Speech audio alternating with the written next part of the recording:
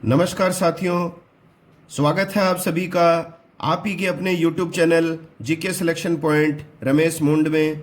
साथियों, आज मैं आपके बीच लेकर आया हूँ मई 2020 माह की समसामयिकी करंट जीके भाग 3। इससे पहले भाग 1 तथा भाग 2 प्रदर्शित किए जा चुके हैं और आज मैं आपके बीच लेकर आया हूँ इसी क्रम में भाग 3, जो मई 2020 करंट जीके का अंतिम भाग है 3। तो जहां हमने भाग 2 खत्म किया था, उसके जस्ट आगे हमने प्रारंभ किया है भाग 3। अगर वीडियो पसंद आए तो इसे लाइक कीजिएगा, अपने साथियों में शेयर करें और चैनल को सब्सक्राइब नहीं किया है तो सब्सक्राइब करें, बेल आइकन को दबाएं ताकि मेरे द्वारा प्रदर्शित किए जाने वाले वीडियोस के नोटिफिकेशन सबसे पहले आप तक पहुंच सकें। तो शुरुआत करते हैं प्रश्न से। 83 नंबर, हाल ही में अंतर्राष्ट्रीय हॉकी महासंघ के अध्यक्ष का कार्यकाल 2021 तक के लिए बढ़ा दिया गया है, इनका क्या नाम है? तो साथियों, अंतर्राष्ट्रीय हॉकी महासंघ के अध्यक्ष का कार्यकाल हाल ही में 2020 में समाप्त होने वाला था, लेकिन एक वर्ष के लिए इनका कार्यकाल और बढ़ा दिया गया है। इनका नाम है नरेंद्र ध्रुव बत्रा। ये आपको ध्यान में रखना है, कई बार परीक्षाओं में पूछा जाता है अंतर्राष्ट्रीय हॉकी महासंघ के अध्यक्ष का नाम नरेंद्र ध्रुव बत्रा। इसके अलावा साथियों, इंडियन ऑयल कॉरपोरेशन आईओसी के नए चेयरमैन हाल ही में बनाए गए हैं श्रीकांत माधव वेद। तो श्रीकांत माधव वेद आईओसी के चेयरमैन बने हैं, यह भी आप ध्यान में रखिएगा। अगला प्रश्न है, हाल ही में कोविड-19 से हिंद महासागर के द्वीपीय देशों की मदद करने के लिए भारत ने कौन सा मिशन शुरू किया है? तो भारत सरकार के द्वारा हिंद महासागर के द्वीपीय देशों की मदद करने के लिए हाल ही में मिशन शुरू किया गया साथियों, मिशन सागर। अब देखिए, ये मिशन सागर इंपॉर्टेंट है, तो इस सागर का जो फुल फॉर्म है ये आपकी आगामी परीक्षा में निश्चित पूछा जा सकता है। तो इसका फुल फॉर्म है security and growth for all in the region. Security and growth for all in the region. और हिंद महासागर के कौन से द्वीपीय देशों में मिशन सागर के तहत भारत सरकार चिकित्सा व खाद्य पदार्थों की आपूर्ति करेगा? तो वो देश हैं मालदीव, मेडागास्कर, सेशेल्स और मॉरिशस। ये आपको ध्यान में रखने हैं। 4 देशों के लिए ये चालू किया गया है मिशन सागर, मालदीव, मेडागास्कर, सेशेल्स, मॉरिशस। और ये चारों देश जो हैं वो हिंद महासागर के द्वीपीय देश हैं। अगला प्रश्न है, हाल ही में किस राज्य की सरकार ने मुख्यमंत्री शहरी रोजगार गारंटी योजना शुरू की है? तो देखिए साथियों, मुख्यमंत्री शहरी रोजगार गारंटी योजना शुरू की गई है हिमाचल प्रदेश राज्य सरकार के द्वारा। अब इस योजना के तहत क्या होगा, जो भी लोग शहरी क्षेत्रों में निवास कर रहे हैं उन लोगों के लिए इस योजना के तहत वर्ष में 120 दिन का रोजगार मुहैया कराया जाएगा। तो एक वर्ष में 120 दिन का रोजगार दिया जाएगा शहरी क्षेत्र के लोगों को MHP सरकार के द्वारा। अब देखिए, मनरेगा जो चल रहा है वो ग्रामीण क्षेत्रों में चल रहा है, आप सभी जानते हैं। ग्रामीण क्षेत्र में मनरेगा के तहत लोगों को एक वर्ष में 100 दिन का रोजगार दिया जाता है। तो ये तथ्य भी आप ध्यान में रखिए। और इस मुख्यमंत्री शहरी रोजगार गारंटी योजना के तहत कितने दिन का रोजगार दिया जाएगा साल में? तो 120 दिन का दिया जाएगा। अब देखिए साथियों, छत्तीसगढ़ जो राज्य है वो भी महत्वपूर्ण है। मनरेगा के अंतर्गत सर्वाधिक रोजगार प्रदान करने वाला राज्य भारत का कौन सा बन गया है? वो है छत्तीसगढ़। अगला प्रश्न है, हाल ही में NTPC के परिचालन निर्देशक के रूप में किसे नियुक्त किया गया है? तो NTP का मतलब है नेशनल थर्मल पावर कॉरपोरेशन। इसके परिचालन निर्देशक बनाए गए हैं रमेश बाबू। अब देखिए, इसके अलावा 3 और जो नियुक्तियां इंपॉर्टेंट है परीक्षा की दृष्टि से, वो और आप देख लीजिए। अमेरिका के राष्ट्रपति डोनाल्ड ट्रंप ने हाल ही में साइंस बोर्ड में किस मूल भारतीय को शामिल किया है? तो विज्ञान बोर्ड या साइंस बोर्ड में डोनाल्ड ट्रंप ने सुदर्शन बाबू को शामिल किया है। इसके अलावा देखिए साथियों, मोस्ट इंपॉर्टेंट नियुक्ति है संजय कोठारी। इनको बनाया गया है भारत का मुख्य सतर्कता आयुक्त। इसके अलावा अगर आपसे पूछा जाए सतर्कता आयुक्त तो मुख्य सतर्कता आयुक्त तो आप बताएंगे संजय कोठारी, ये भी हाल ही में नियुक्त हुए हैं। और सतर्कता आयुक्त जो इनके अधीन होता है वो भी हाल ही में नियुक्त किया गया है। तो सतर्कता आयुक्त नियुक्त किया गया है सुरेश एन पटेल को। अगला प्रश्न है, हाल ही में one nation one ration card के तहत कितने राज्यों केंद्र शासित प्रदेशों को जोड़ा गया है? वेरी इंपॉर्टेंट क्वेश्चन है साथियों। One nation one ration card के तहत 5 राज्यों और केंद्र शासित प्रदेशों को जोड़ा गया है। देखिए साथियों, इसमें जो है वो 4 हैं राज्य और 1 है केंद्र शासित प्रदेश, और एक ही राशन कार्ड हर राज्य में मान्य होगा। तो देखो 5 राज्यों को जोड़ा गया है, जिसमें 4 तो हैं राज्य, उत्तर प्रदेश, बिहार, पंजाब और हिमाचल प्रदेश, और 1 है यूनियन टेरिटरी केंद्र शासित प्रदेश दादर नागर हवेली। तो आपको पता है जनवरी 2020 में दादर नागर हवेली और दमन दीव दोनों को एक कर दिया गया है, जोड़ दिया गया है। इस कारण से वर्तमान में केंद्र शासित प्रदेशों की जो संख्या है वो 9 से घटकर हो गई है 8। तो ये आप ध्यान में रखिएगा, भारत में वर्तमान में 28 राज्य हैं और 8 केंद्र शासित प्रदेश हैं। अब देखिए, ये 4 राज्य और 1 केंद्र शासित प्रदेश और जुड़ गया तो वर्तमान तक 17 राज्यों तथा केंद्र शासित प्रदेशों में यह व्यवस्था लागू हो चुकी है। कौन सी व्यवस्था? One nation one ration card योजना। अब देखिए, one nation one ration card जो योजना है वो 2019 में प्रारंभ की गई थी, और घुमंतू मजदूरों को इससे विशेष रूप से लाभ मिलेगा।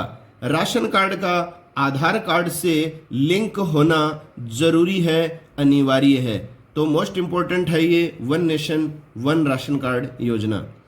अगला प्रश्न है, हाल ही में चर्चित पुस्तक Vijyant at Kargil the life of a Kargil hero. तो Vijyant at Kargil the life of a Kargil hero हाल ही में लिखी गई है 2 व्यक्तियों के द्वारा, कर्नल VN थापर तथा नेहा द्विवेदी के द्वारा। तो साथियों, परीक्षाओं में जो है इस तरह की चर्चित पुस्तकें जो हैं वो निश्चित रूप से पूछी जाती हैं। आप नियमित रूप से हर माह का करंट जीके देखिए, हर महीने की करंट जीके में जो भी चर्चित पुस्तकें होती हैं वो सारी आपके बीच प्रदर्शित की जाती हैं।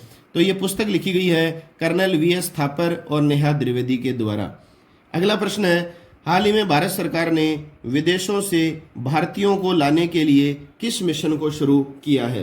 तो वेरी इंपॉर्टेंट है, विदेशों से भारतीयों को लाने के लिए कौन सा मिशन शुरू किया गया है? तो वो है वंदे भारत मिशन।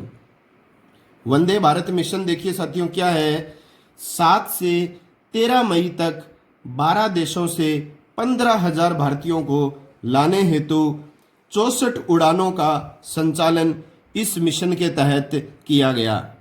इसी तरह भारतीय नौसेना ने भी समुद्र सेतु अभियान शुरू किया है। ये भी आपको ध्यान में रखना है, भारतीय नौसेना ने भी एक अभियान चलाया है इसी तर्ज पर, वो है समुद्र सेतु अभियान। विदेशों से भारतीयों को लाने हेतु ये अभियान भी शुरू किया गया है, और 2 जहाज जलज तथा मगर का प्रयोग इस अभियान हेतु किया गया है। ये आपको विशेष ध्यान में रखना है, समुद्र सेतु अभियान के तहत कौन से 2 जहाजों का प्रयोग किया जा रहा है? तो वो है जलज और मगर। अगला प्रश्न है, हाल ही में NRAI का मतलब होता है साथियों national rifle association of India. National rifle association of India के द्वारा किस खिलाड़ी को वर्ष 2020 के लिए राजीव गांधी खेल रत्न पुरस्कार के लिए नामित किया गया है? तो देखिए साथियों, भारत सरकार के द्वारा खेलों के क्षेत्र में दिया जाने वाला सर्वोच्च पुरस्कार जो होता है वो होता है राजीव गांधी खेल रत्न पुरस्कार। तो 2020 के लिए जो ये पुरस्कार दिया जाएगा, इसके लिए नामित किया गया है ये national rifle association of India के द्वारा। किस खिलाड़ी का नाम? अंजुम मुदगिल का। अंजुम मुदगिल जो है वो निशानेबाज हैं। अब ये पुरस्कार देखिए साथियों, उनको मिला नहीं है, ये अलग अलग जो हैं खेलों से संबंधित खिलाड़ियों के लिए नामित किए जाते हैं। पहले नामित किए जाते हैं, उसके बाद में जो लिस्ट प्राप्त होती है नामित खिलाड़ियों की, उनमें से जो है वो किसी न किसी खिलाड़ी को ये पुरस्कार मिलता है। तो NRIA के द्वारा किस खिलाड़ी के लिए राजीव गांधी खेल रत्न पुरस्कार नामित किया गया है? तो अंजुम मुदगिल के लिए। अब देखिए साथियों, सबसे पहले राजीव गांधी खेल रत्न पुरस्कार 1991 में दिया गया था शतरंज के खिलाड़ी विश्वनाथ आनंद को। और आप 2019 जो पिछला जो राजीव गांधी खेल रत्न पुरस्कार था उसका तो आप निश्चित रूप से ध्यान में रखिए, वो 2 खिलाड़ियों को दिया गया था। एक तो शॉटपुट की खिलाड़ी दीपा मलिक और एक कुश्ती के खिलाड़ी बजरंग पूनिया। इन दोनों को प्राप्त हुआ था राजीव गांधी खेल रत्न पुरस्कार 2019 से। और ये जो है दीपा मलिक, ये हाल ही में इन्होंने अपने खेल से संन्यास ले लिया है। भारतीय पैरा ओलंपिक की अध्यक्ष हैं ये आपको विशेष रूप से ध्यान में रखना है। और बैडमिंटन के जो कोच हैं, प्रशिक्षक हैं, पुलेला गोपीचंद का नाम जो है वो द्रोणाचार्य पुरस्कार हेतु नामित किया गया है NRAA के द्वारा।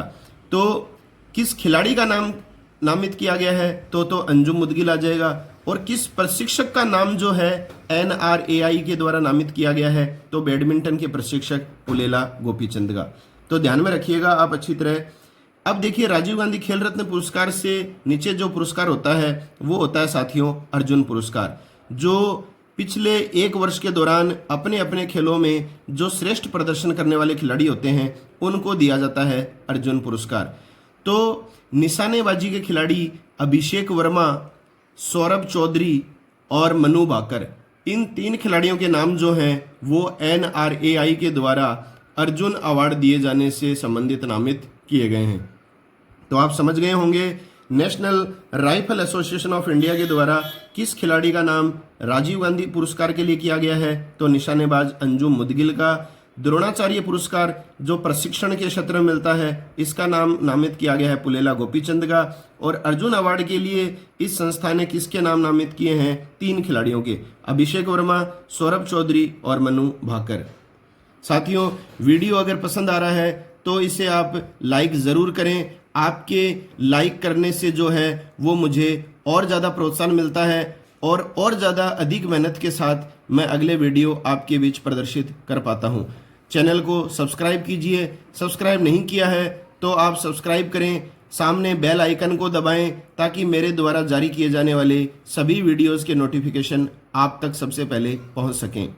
अगला प्रश्न है, हाल ही में RBI reserve bank of India ने द्विमासिक मौद्रिक निर्धारण के तहत बैंक दर कितनी कर दी है?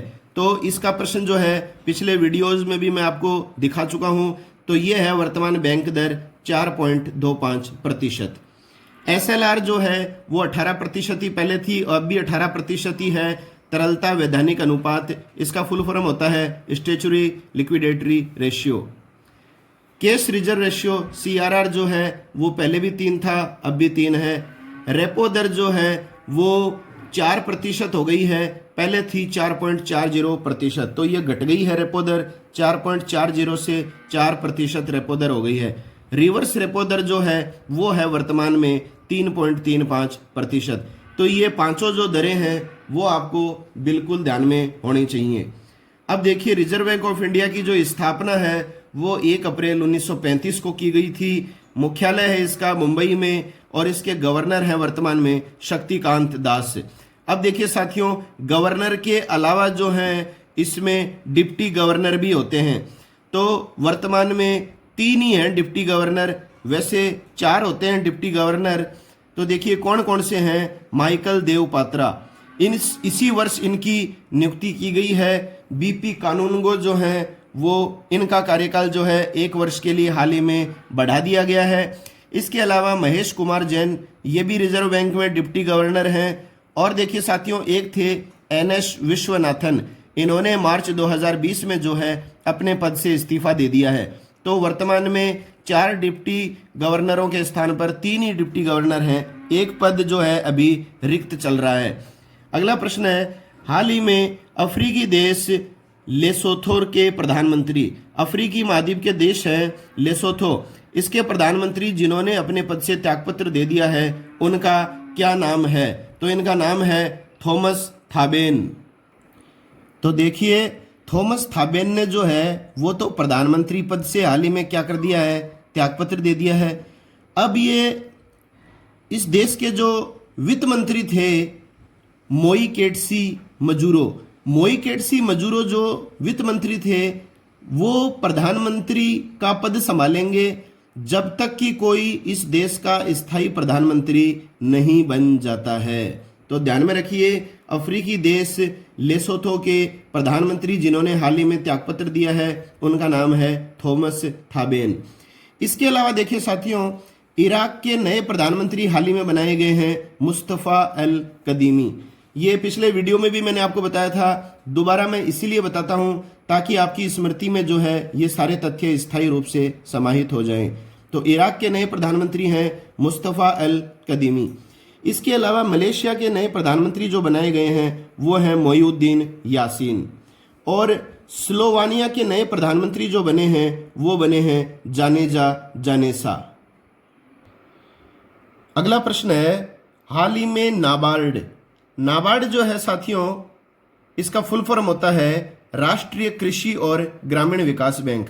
कई बार परीक्षाओं में पूछी जाती है इसकी फुल फॉर्म राष्ट्रीय कृषि और ग्रामीण विकास बैंक, और अंग्रेजी में इसका पूरा नाम है नेशनल। NA का मतलब हो गया नेशनल, B का हो गया बैंक फॉर एग्रीकल्चर, A का एग्रीकल्चर, एंड R का रिसर्च और D का डेवलपमेंट।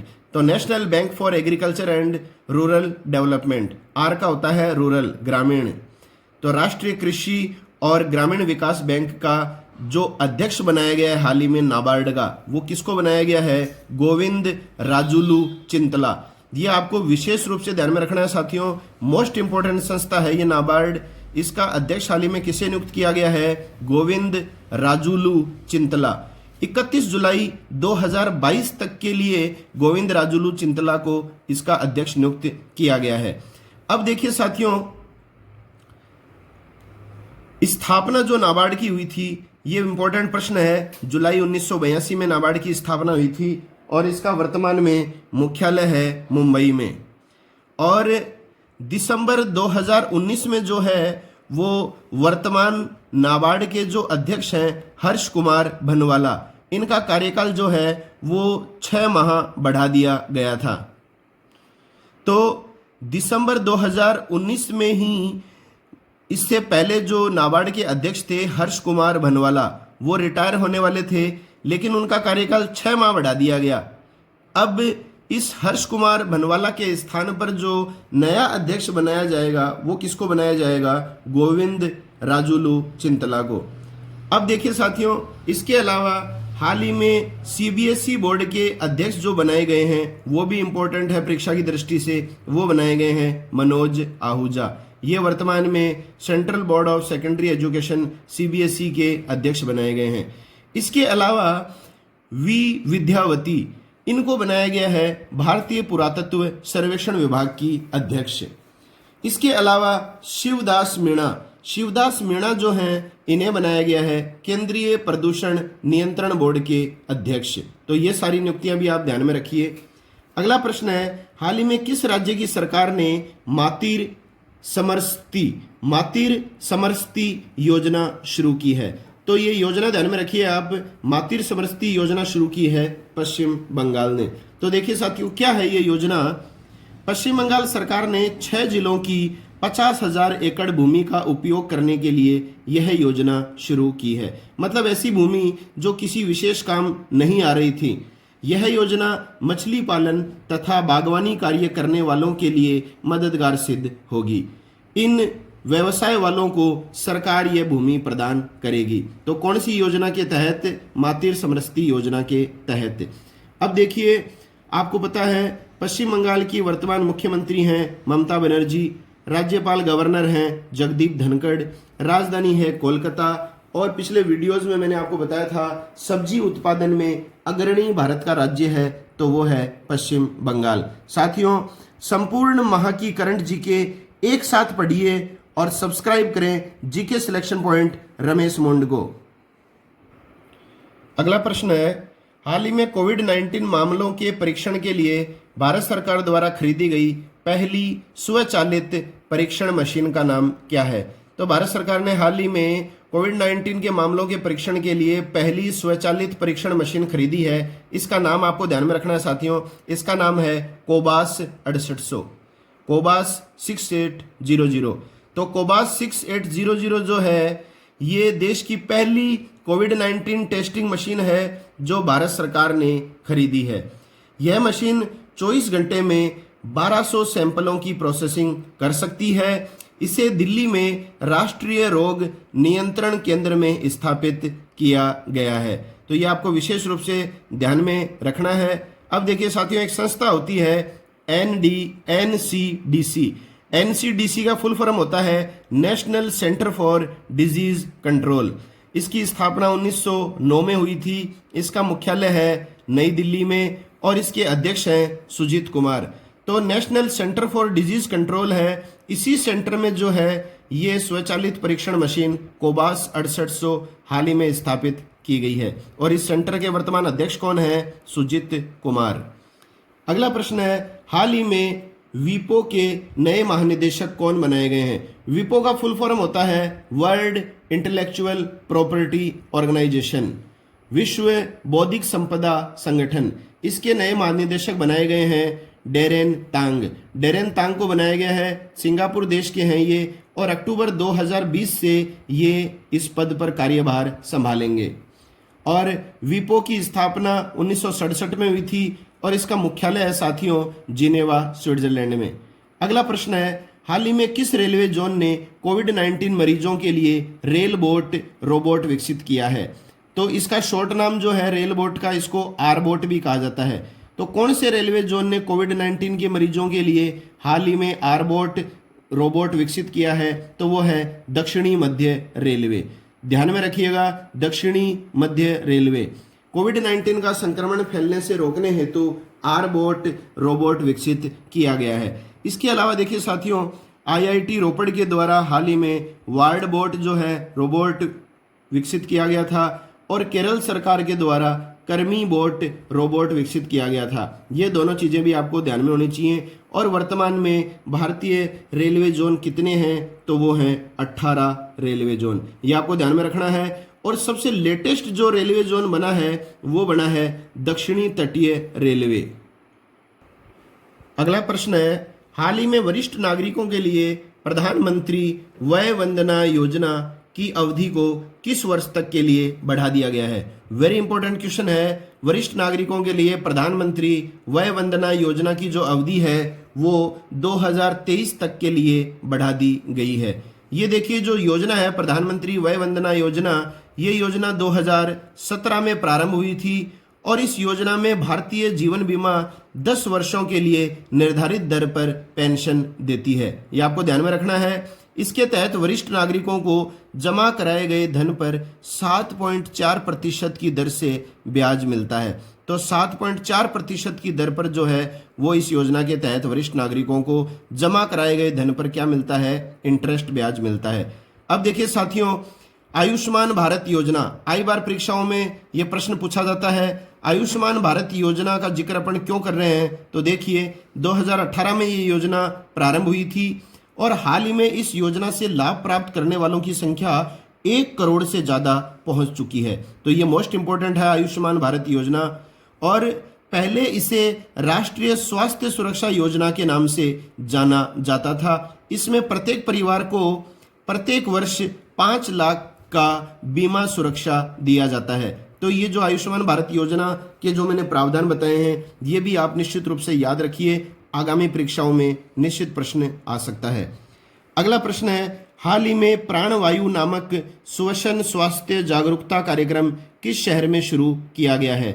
तो श्वसन स्वास्थ्य जागरूकता कार्यक्रम प्राणवायु हाल ही में बेंगलुरु शहर में शुरू किया गया था। लोगों को श्वसन की जांच कराने हेतु जागरूक करना जो है इस कार्यक्रम का प्रमुख उद्देश्य था। अगला प्रश्न है, हाल ही में WHO विश्व स्वास्थ्य संगठन के कार्यकारी बोर्ड का अध्यक्ष किसे नियुक्त किया गया है? तो WHO के कार्यकारी बोर्ड का अध्यक्ष हाल ही में नियुक्त किया गया है डॉक्टर हर्षवर्धन। भारत को 3 वर्ष के लिए WHO कार्यकारी बोर्ड का सदस्य बनाया गया है। मोस्ट इंपॉर्टेंट है, WHO के कार्यकारी बोर्ड का अध्यक्ष हाल ही में डॉक्टर हर्षवर्धन को बनाया गया है। और भारत कितने वर्षों के लिए इस कार्यकारी बोर्ड का सदस्य बनाया गया है? तो ये प्रश्न भी आ सकता है, 3 वर्ष के लिए। अब देखिए, चर्चित संगठन है वर्तमान में कोरोना वायरस महामारी के चलते WHO, विश्व स्वास्थ्य संगठन। इसकी स्थापना 7 अप्रैल 1948 को हुई थी। इसी वजह से 7 अप्रैल को हम विश्व स्वास्थ्य दिवस भी मनाते हैं। इसका मुख्यालय जेनेवा स्विट्जरलैंड में है और WHO के वर्तमान में जो प्रमुख प्रेसिडेंट हैं उनका नाम है टेड्रोस अदानोम। ये भी निश्चित आगामी परीक्षाओं में पूछा जाने वाला नाम रहेगा, टेड्रोस अदानोम। अगला प्रश्न है, हाल ही में अमेरिकी राष्ट्रपति डोनाल्ड ट्रंप ने न्यूयॉर्क की संघीय अदालत में न्यायाधीश किसे नियुक्त किया है? तो न्यूयॉर्क की संघीय अदालत में न्यायाधीश नियुक्त किया गया है भारतीय मूल की अमेरिकी अधिवक्ता हैं सरिता कोमती रेड्डी। तो ये नाम आपको विशेष रूप से ध्यान में रखना है। सरिता कोमती रेड्डी जो है वो भारतीय मूल की अमेरिकी अधिवक्ता हैं और हाल ही में राष्ट्रपति ट्रंप के द्वारा इन्हें न्यूयॉर्क की संघीय अदालत में न्यायाधीश नियुक्त किया गया है। तो साथियों, ऐसी जो नियुक्तियां होती हैं जो भारतीय मूल के व्यक्ति होते हैं, ये आई बार परीक्षाओं में मुख्य रूप से पूछे जाते हैं। इनके अलावा देखिए कुछ नियुक्तियां और भी हैं। American academy of art and science की मानद सदस्य हाल ही में चुनी गई हैं शोभना नरसिम्हम, ये भी आपको ध्यान में रखना है। इसके अलावा वनीजा रूपाणी, ये भी हाल ही में चर्चित रही हैं, भारतीय मूल की अमेरिकी नागरिक हैं वनीजा रूपाणी और इन्होंने मंगल ग्रह के प्रथम हेलीकॉप्टर का नाम इंजीन्यूटी रखा था।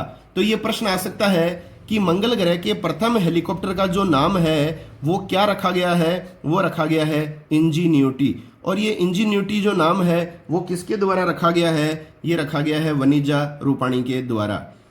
अगला देखिए साथियों, सुदर्शन बाबू, इसकी अपन बात कर चुके हैं अभी पिछले ही प्रश्नों में कि अमेरिकी राष्ट्रपति डोनाल्ड ट्रंप ने साइंस बोर्ड में इन्हें सदस्य नियुक्त किया है। इसके अलावा देखिए साथियों, सीमा वर्मा भी हाल ही में चर्चित रही हैं, अमेरिका में कोरोना वायरस टास्क फोर्स में इन्हें नियुक्त किया गया है। जे अरुण कुमार भी हाल ही में चर्चित रहे हैं, ये क्रिकेटर रहे हैं भारत के और वर्तमान में अमेरिका की क्रिकेट टीम के प्रशिक्षक या कोच इन्हें बनाया गया है। कर्नाटक राज्य के खिलाड़ी रहे हैं ये जे अरुण कुमार और वर्तमान में ये अमेरिका क्रिकेट टीम के प्रशिक्षक हैं। अगला देखिए सीमा नंदा, ये भी हाल ही में इंपॉर्टेंट है। सीमा वर्मा तो कोरोना वायरस टास्क फोर्स में नियुक्त हुई हैं और सीमा नंदा अगर आपसे पूछा जाए तो अमेरिकन डेमोक्रेटिक पार्टी की सीईओ पद से इन्होंने हाल ही में त्यागपत्र दे दिया है। तो अमेरिकन डेमोक्रेटिक पार्टी की सीईओ थी ये पहले और इन्होंने हाल ही में व्यक्तिगत कारणों से सीईओ पद से त्यागपत्र दे दिया है सीमा नंदा ने। अगला प्रश्न है, हाल ही में अखिल भारतीय आयुर्वेद संस्थान AIIA, तो अखिल भारतीय आयुर्वेद संस्थान ने दिल्ली पुलिस के साथ मिलकर कौन सा कार्यक्रम शुरू किया है? तो साथियों ये इंपॉर्टेंट प्रश्न है, आप जानते भी होंगे कि अखिल भारतीय आयुर्वेद संस्थान ने दिल्ली पुलिस के साथ मिलकर कौन सा कार्यक्रम शुरू किया है? उसका नाम है आयु रक्षा। देखिए, और इसी तरह के कुछ अभियान और भी हैं जो आपको विशेष रूप से ध्यान में रखने हैं, वो भी मैं आपको बता रहा हूं। आयु रक्षा जो है साथियों, ये जो कार्यक्रम चालू किया गया है इसका मेन उद्देश्य है लोगों की रोग प्रतिरोधक क्षमता या इम्यूनिटी पावर को बढ़ाना। और एक लोगो भी दिया गया है इस कार्यक्रम को, वो लोगो क्या है? कोरोना से जंग दिल्ली पुलिस के संग।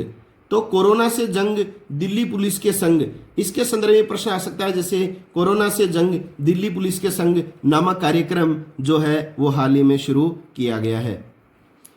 अब देखिए, एक कार्यक्रम केरल की सरकार ने भी शुरू किया था कोरोना के चलते ही, ब्रेक द चेन अभियान। ब्रेक द चेन अभियान जो है केरल सरकार ने शुरू किया था। इसके अलावा भारतीय क्रिकेट कंट्रोल बोर्ड BCCI ने भी एक अभियान चालू किया था, उसका नाम था टीम मास्क फोर्स। यह अभियान आप विशेष रूप से ध्यान में रखिए साथियों।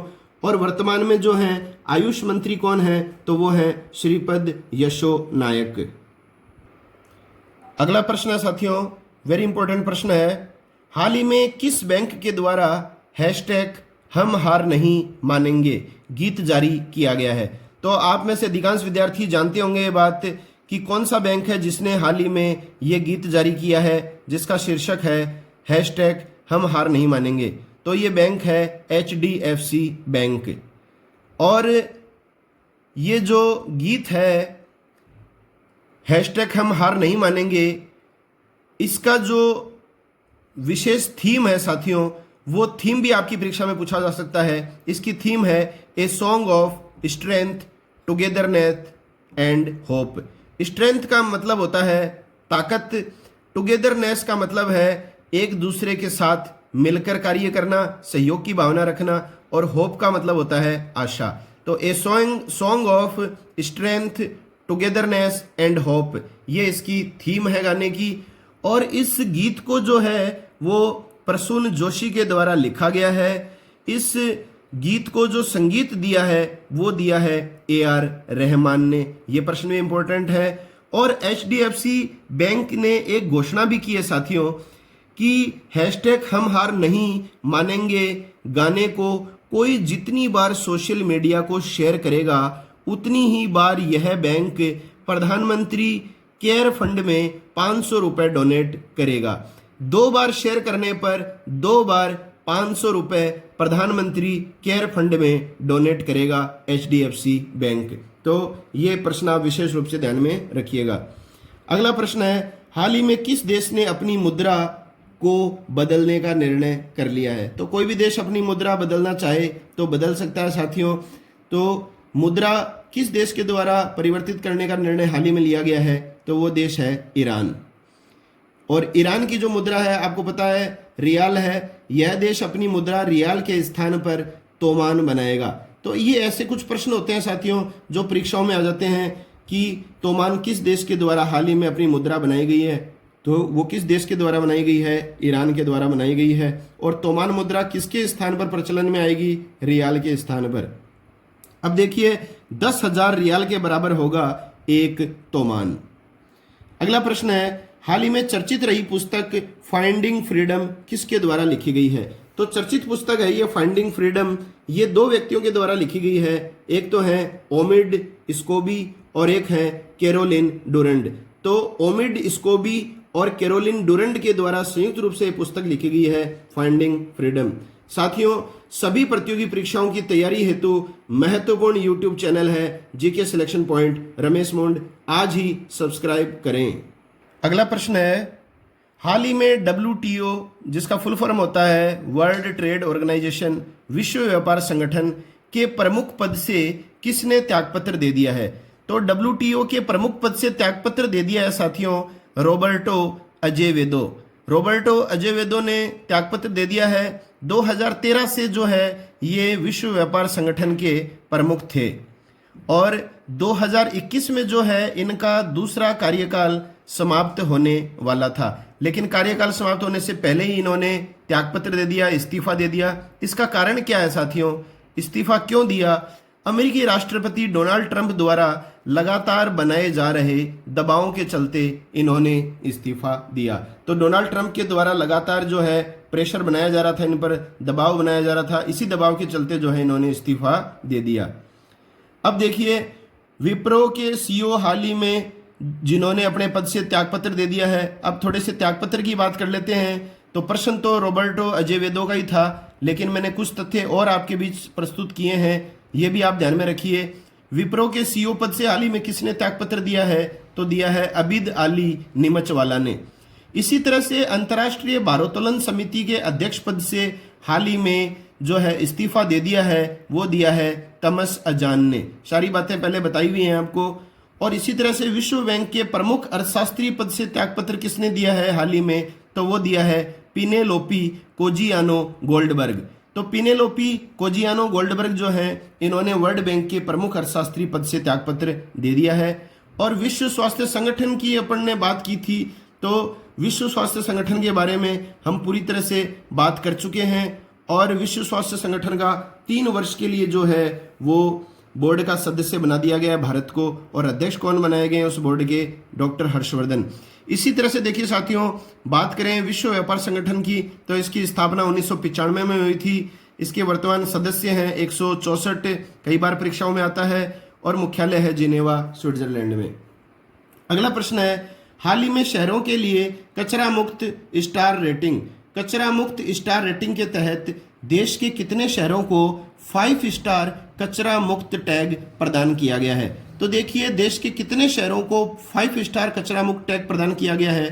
तो ये किया गया है 6 शहरों को।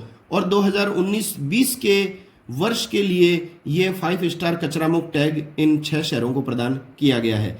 केंद्रीय मानव व शहरी मामलात मंत्री हरदीप सिंह पुरी ने शहरों के लिए 5 स्टार कचरा मुक्त टैग के परिणामों की घोषणा की थी। अब देखिए कौन से 6 शहर हैं। ऐसे प्रश्न जो है साथियों वो परीक्षाओं में ज्यादातर पूछे जाते हैं। तो देख लीजिए कौन से शहरों को हाल ही में 5 स्टार कचरा मुक्त टैग प्रदान किया गया है। एक तो है छत्तीसगढ़ राज्य का शहर अंबिकापुर, मध्य प्रदेश का शहर इंदौर, गुजरात के इसमें 2 शहर हैं राजकोट और सूरत, कर्नाटक का है मैसूर शहर और महाराष्ट्र का है नवी मुंबई शहर। तो ये 6 शहर आप ध्यान में जरूर रखिएगा, आगामी परीक्षाओं की दृष्टि से मोस्ट इंपॉर्टेंट है। साथियों अगर आपको वीडियो पसंद आ रही है तो इसे लाइक जरूर करिए। लाइक करने से मेरा मनोबल बढ़ता है और मैं और अधिक ऊर्जा के साथ आपके बीच संपूर्ण जानकारियां संग्रहित करने का प्रयास करता हूं। संपूर्ण माह की करंट जीके एक साथ पढ़ें, प्रश्नों के माध्यम से व्याख्या सहित, केवल और केवल किस YouTube चैनल पर? जीके सिलेक्शन पॉइंट रमेश मुंड पर। अगला प्रश्न है, हाल ही में आत्मनिर्भर भारत के लिए कौन सा गाना गाया गया है? तो साथियों आत्मनिर्भर भारत अभियान की घोषणा हाल ही में प्रधानमंत्री नरेंद्र मोदी के द्वारा की गई है और इस आत्मनिर्भर भारत अभियान के तहत कौन सा गाना गाया गया है? तो वो है जयतु भारतम। वेरी इंपॉर्टेंट क्वेश्चन है। आत्मनिर्भर भारत अभियान के लिए आपको विस्तृत जानकारी प्राप्त करनी है तो इस करंट जीके मई 2020 का भाग 2 देखिए। इसमें आपको जो है आत्मनिर्भर भारत के योजना के बारे में बताया गया है। अब देखिए प्रसून जोशी ने इस गीत को लिखा है। इसे कुल 211 गायकों ने गाया है। 211 गायकों ने जो है इसे गाया है और इस गीत को शंकर महादेवन ने संगीत दिया है। इसमें 16 भारतीय भाषाओं को शामिल किया गया है। 16 भारतीय भाषाओं में जो है ये गीत गाया गया है। अब देखिए साथियों हमने अभी पढ़ा था कि HDFC बैंक ने कौन सा गाना जारी किया हाल ही में? तो हैशटैग हम हार नहीं मानेंगे। इसके अलावा ICCR Indian council for cultural relation ने भी इस गीत को जारी किया था जिसका नाम है united we fight. United we fight अगर गीत आ जाए तो ये गीत किसने जारी किया है? ICCR ने, Indian council for cultural relation. इसके अलावा देखिए साथियों फुटबॉल की अंतर्राष्ट्रीय संस्था फीफा के द्वारा भी जो है एक अभियान चालू किया गया है हाल ही में, हैशटैग वी विल विन। तो ये सारे के सारे प्रश्न जो है इंपॉर्टेंट है। हैशटैग वी विल अभियान किसने शुरू किया है? फीफा के द्वारा शुरू किया गया है। अगला प्रश्न है, हाल ही में SCO सदस्य देशों के विदेश मंत्रियों की वर्चुअल कॉन्फ्रेंस की बैठक किसने की है? तो ये जो है SCO जो है संघाई सहयोग संगठन इसका पूरा नाम है। इसकी बैठक जो है विदेश मंत्रियों की हाल ही में आयोजित की गई है रूस देश के द्वारा। सुब्रमण्यम जयशंकर ने जो है इसमें भारत का प्रतिनिधित्व किया था क्योंकि सुब्रमण्यम जयशंकर जो है वो भारत के विदेश मंत्री हैं और विदेश मंत्रियों की ये कॉन्फ्रेंस हुई थी। और इस वीडियो कॉन्फ्रेंस की जो अध्यक्षता की है साथियों वो रूस के विदेश मंत्री सरगेई लाव्रोव ने की थी। तो रूस में ये बैठक आयोजित की गई है वीडियो कॉन्फ्रेंस के तहत, तो अध्यक्षता भी रूस के विदेश मंत्री ही करेंगे, जाहिर सी बात है। और रूस के विदेश मंत्री हैं सरगेई लाव्रोव। अब देखिए साथियों SCO जो है संघाई सहयोग संगठन, इसका मुख्यालय है चीन में बीजिंग में और इसके वर्तमान में जो मुख्य सचिव जो हैं, हेड सेक्रेटरी हैं, वो हैं व्लादिमीर नोरोव। ये आपको ध्यान में रखना है। इसके हेड सेक्रेटरी कौन है वर्तमान में? व्लादिमीर नोरोव हैं। 2017 में जो है भारत और पाकिस्तान इस SCO के सदस्य बने थे। ये देखिए साथियों यहां से प्रश्न आपको परीक्षा में दिया जाता है। आप तो केवल इतना पढ़ लेते हो कि SCO संगठन के विदेश मंत्रियों की बैठक हाल ही में कहां हुई? रूस में हुई। और प्रश्न आ जाता है SCO संगठन में हाल ही में सम्मिलित होने वाले नए देश कौन से हैं या भारत इस संगठन का सदस्य कब बना? तो 2017 में 2 देशों को इसका सदस्य बनाया गया था, भारत और पाकिस्तान को। और सदस्य संख्या जो है वो 6 से बढ़कर कितनी हो गई? 2017 में 8 हो गई। अब देखो कौन कौन से देश इसके सदस्य हैं वर्तमान में? भारत, पाकिस्तान, रूस, चीन, कजाकिस्तान, किर्गिस्तान, तजाकिस्तान और उज्बेकिस्तान। ये जो सारे देश हैं वो वर्तमान में जो हैं इस संगठन के सदस्य हैं।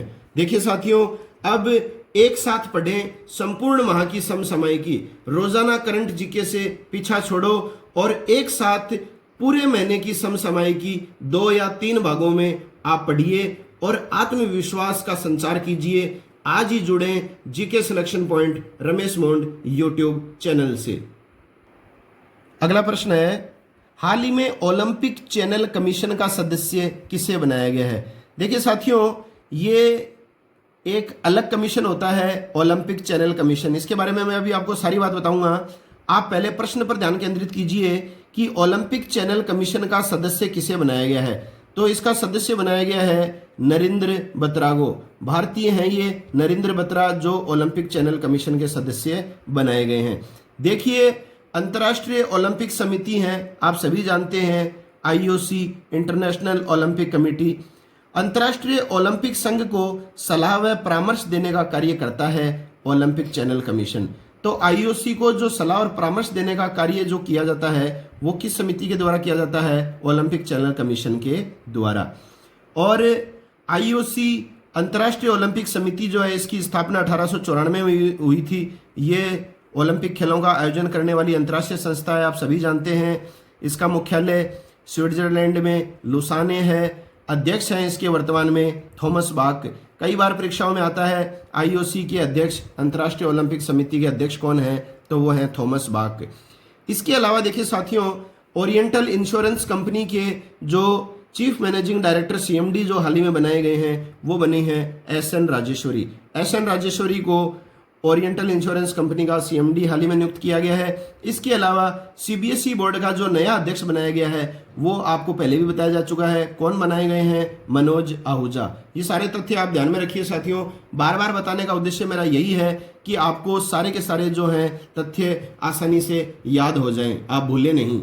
अगला प्रश्न है, हाल ही में केंद्रीय सरकार ने central institute of plastic engineering and technology, तो CIPET का मतलब होता है central institute of plastic engineering and technology, का नाम बदलकर क्या कर दिया है? तो केंद्र सरकार ने इस संस्था का नाम बदलकर कर दिया है साथियों। केवल एक ही चेंज किया है, इस प्लास्टिक की जगह अब कर दिया है पेट्रोकेमिकल्स। बाकी नाम वो का वो है central institute of petrochemicals engineering and technology. यह रसायन व उर्वरक मंत्रालय के नियंत्रण में कार्यरत संस्थान है और वर्तमान में केंद्रीय रसायन व उर्वरक मंत्री कौन है? तो वो हैं डीवी सदानंद गौड़ा। तो ये अन्य जो तथ्य हैं ये भी परीक्षा की दृष्टि से वेरी इंपॉर्टेंट हैं। केंद्रीय रसायन व उर्वरक मंत्री कौन है? डीवी सदानंद गौड़ा है। इस चीज की आपको जानकारी हुई है। इसके अलावा आपको पता है कि इस संस्था में केवल एक ही शब्द का परिवर्तन हुआ है, प्लास्टिक की जगह अब क्या लग गया है? पेट्रोकेमिकल शब्द जुड़ गया है। अगला प्रश्न है, 36वें राष्ट्रीय खेल जो अक्टूबर-नवंबर 2020 में होने प्रस्तावित थे, जिन्हें हाल ही में इंडिया ओलंपिक कमीशन ने अनिश्चित काल के लिए स्थगित कर दिया है। तो 36वें राष्ट्रीय खेल जो हैं वो अक्टूबर-नवंबर 2020 में प्रस्तावित थे। अगर सब कुछ सही होता साथियों तो ये अक्टूबर-नवंबर 2020 में कहाँ होते 36वें राष्ट्रीय खेल? तो वो हैं गोवा में। गोवा में होते, लेकिन कोरोना वायरस के चलते भारतीय ओलंपिक संघ ने अनिश्चित काल के लिए इन खेलों को स्थगित कर दिया है। अब देखिए, इससे पहले जो 35वें राष्ट्रीय खेल हुए थे साथियों वो हुए थे 2015 में केरल में।